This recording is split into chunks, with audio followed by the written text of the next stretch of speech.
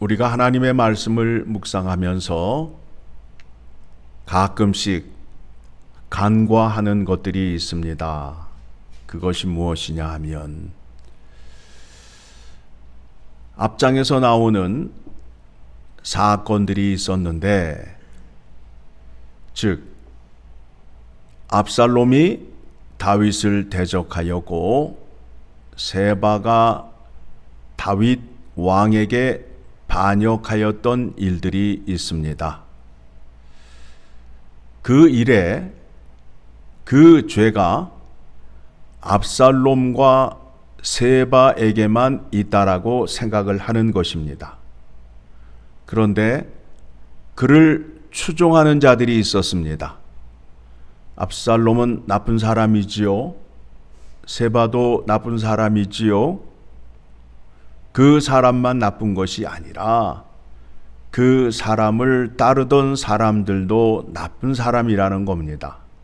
그러면 그 사람에 대한 심판은 어떤 것인가에 대한 생각을 해본 적이 없다라는 겁니다.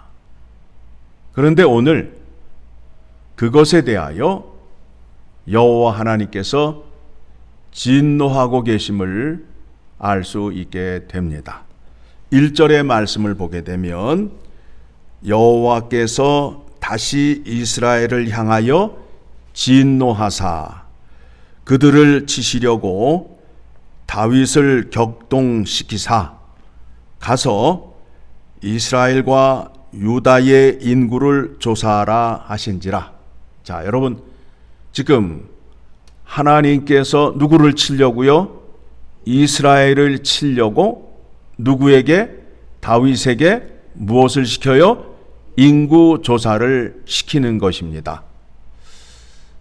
그런데 성경을 잘못 안 사람들은 다윗이 교만하여 하나님 앞에서 인구 조사를 했다라고 말하는데 1절의 말씀을 보게 되면 분명하게 나오잖아요. 그렇죠? 여호와 하나님께서 진노하사 다윗을 통하여 인구 조사를 하게 해서 그 결과를 통해서 심판하시겠다라는 하나님의 작정하심이 있음을 알 수 있게 됩니다. 그래서 다윗은 하나님께서 명령하신 대로 요압에게 사람을 동원해서 단에서부터 브엘세바까지 인구 조사를 하라라고 명령을 내립니다.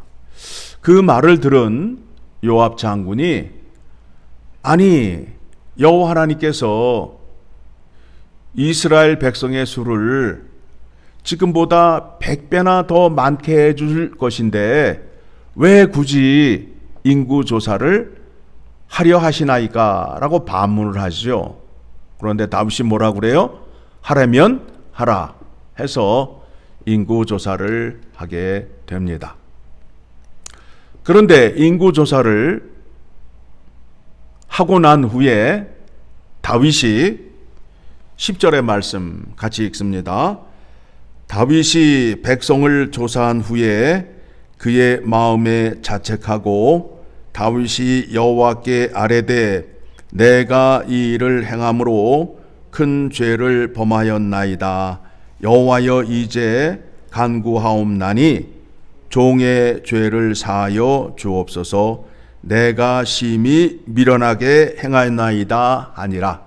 심히 미련하게 행하였나이다 라고 고백을 하지요. 자, 그러면 하나님은 백성들과 우리들을 판단할 때에 무엇이 기준이 된다고요? 약속의 말씀이 기준이 되고 그것으로 판단을 하게 되지요. 그러면 어떤 일을 행하는 데 있어서 하나님께서 명령하신 대로 그렇게 하여야 된다라는 거예요. 거기에 내 생각이 들어가서는 안 돼요. 그러면 하나님의 말씀이 변질이 되는 거예요. 하나님의 말씀을 순수하게 그대로 받아들이는 믿음이 있으셔야 된다라는 겁니다. 다윗이 자기가 미련하게 이 일을 행하였다라고 말하고 있어요. 그러면 우리가 출애굽기 30장 12절을 가게 되면 출애굽기 30장 12절을 가게 되면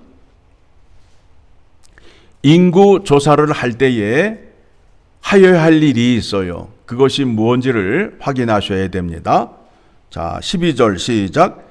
내가 이스라엘 자손의 수요를 조사할 때에 조사받은 각 사람은 그들을 계수할 때에 자기의 생명의 속전을 여호와께 드릴지니 이는 그들을 계수할 때에 그들 중에 질병이 없게 하려 함이라. 자, 보게 되니까 사무엘하 24장의 말씀을 보게 되니까 그들이 인구 조사를 한 후에 그 범죄함으로 그 대가가 무엇이었어요? 전염병이 돌았지요. 그래서 얼마가 죽어요? 7만 명이 죽게 되잖아요. 그러면 약속의 말씀대로 인구 조사를 할 때에 그 계수를 받은 자의 생명의 속전을 여호와 하나님께 드렸다 안 드렸다? 안 드렸다가 되는 거 아니에요. 하나님의 말씀을 잘 알고 그 말씀대로 순종하여야 하나님의 공의의 심판을 면할 수 있게 된다라는 겁니다. 그래서 그 결과 약속의 말씀대로 이스라엘 땅에 전염병이 돌아서 7만 명이 죽게 되는 사건입니다. 7만 명이 죽게 되는데 그때에 다윗이 여호와의 사자가 여부스 사람 아라우나 타작마땅 곁에 있는 것을 보았습니다. 이스라엘 백성의 범죄를 용서해 주시기 위하여 하나님께서 선지자 갓에게 명령을 하지요. 뭐라고 명령을 하죠? 아라우나 타작마당에서 여호와 하나님께 번제를 드리라고 말씀을 하지요.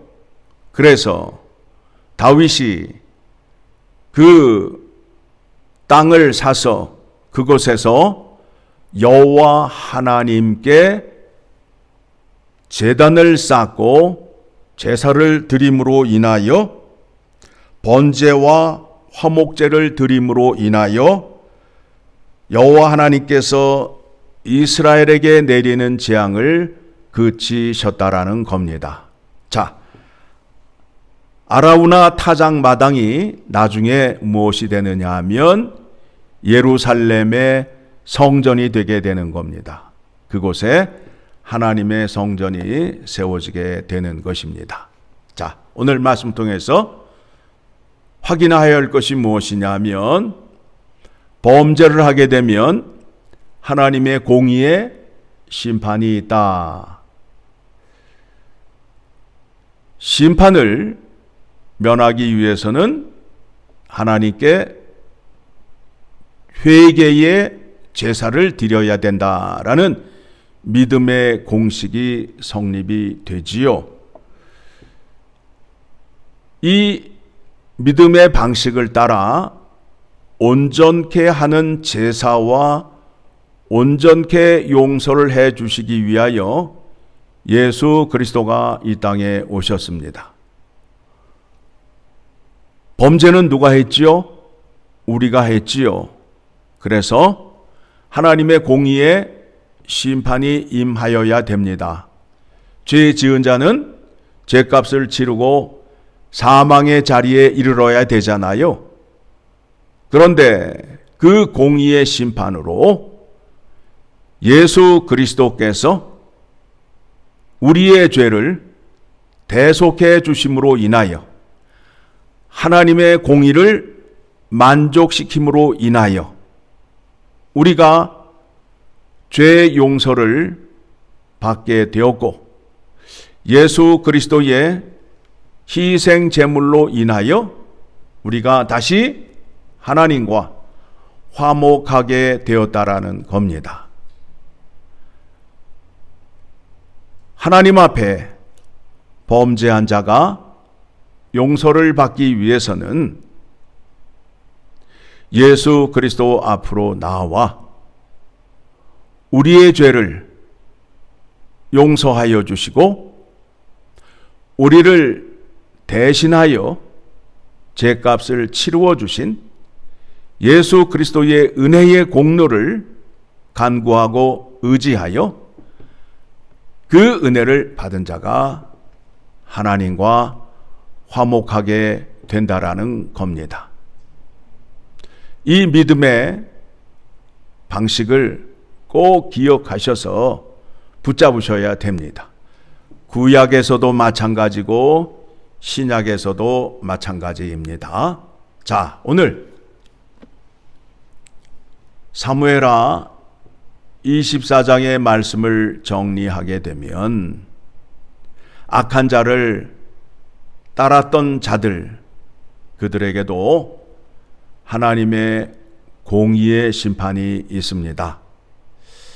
오늘날 교회 안에도 이러한 사람들이 많이 있습니다. 악한 자를 뒤에서 조종하려 하고 뒤에서 가만히 하나님의 의나 하나님의 기뻐하심을 따르지 아니하고 이리저리 눈치만 보다가 자기 유리한 쪽으로 판단하려 하는 사람들이 있어요. 그런데 그러한 사람들에게는 어떤 믿음을 갖고 있느냐 하면 입으로는 주여 주여 하지만 하나님의 말씀을 따르거나 하나님을 기쁘게 하는 행위가 없다라는 겁니다. 그러면 결국에는 그 사람 안에는 진리가 없다라는 겁니다. 무서운 얘기예요. 문제가 생기게 되면 요리조리 눈치만 보다가 자기의 유익을 따라 판단하는 사람이 있어요. 그러니까 하나님을 믿는데 자기가 기준이 되어서 자기의 유익을 따라 믿는 사람들이에요. 그런데 우리의 행동과 결정은 하나님의 명령을 따라야 하고 하나님을 기쁘게 하는 자리로 나아가야 된다라는 거예요. 이 부분을 놓치게 되면 믿음이 없는 자가 되는 겁니다. 자, 그 말씀을 디모데후서 3장 5절의 말씀을 통하여 확인합니다. 디모데후서 3장 5절 같이 읽습니다. 경건의 모양은 있으나 경건의 능력은 부인하니 이 같은 자들에게서 내가 돌아서라. 하나님 말씀에 순종하지 않고 하나님을 기쁘게 하는 행동을 하지 않는 자에게 돌아서라. 왜요? 그 자는 그 안에 진리가 없기 때문에 그렇다라는 겁니다. 그리고 7절의 말씀을 보게 되면 같이 읽습니다. 항상 배우나 끝내 진리의 지식에 이룰 수 없느니라. 우리가 하나님 말씀을 배우는데 하나님의 진리의 말씀에 끝에 이룰 수 없다라는 거예요. 내가 지금 조금 알고 있다고 그 아는 것 가지고 판단하고 결정하고 교만을 떠는 사람들이 있어요. 내가 아는 게 전부가 아니라는 겁니다. 우리가 날마다 하나님 말씀을 상고하는 데 있어서 하나님께서 은혜를 주시는데 매일매일 새롭고 은혜의 말씀을 우리에게 전해주시잖아요. 같은 성경의 말씀을 읽는데 어저께 읽은 것과 오늘 읽은 것이 달라요. 왜 그렇습니까? 하나님의 은혜가 임하기 때문에 그렇다라는 겁니다. 나는 이만큼 알면 됐어. 나는 이만하면 돼. 라는 교만이 없어져야 됩니다. 나는 아직도 부족한 자입니다. 하나님의 생명의 말씀을 사모하는 자입니다. 그러니 진리의 말씀을 내게 가르쳐 주시고 깨닫게 하여 주시고 순종의 자리에 이르게 하여 주시옵소서라는 믿음이 있으셔야 됩니다. 거듭 말씀드립니다. 하나님의 말씀을 순종하는 데 있어서 내가 이해가 되면 순종을 한다. 아니면 하나님의 명령이니까 이해가 안 돼도 순종을 한다. 전자예요, 후자예요? 후자가 되죠. 이해가 안 돼도 순종을 하는 거예요. 순종을 해야 되는 거예요. 그 믿음이 우리들에게 필요함을 기억하시고 오늘도 하나님의 명령을 따라 사는 여러분 되시기를 간절히 소망합니다.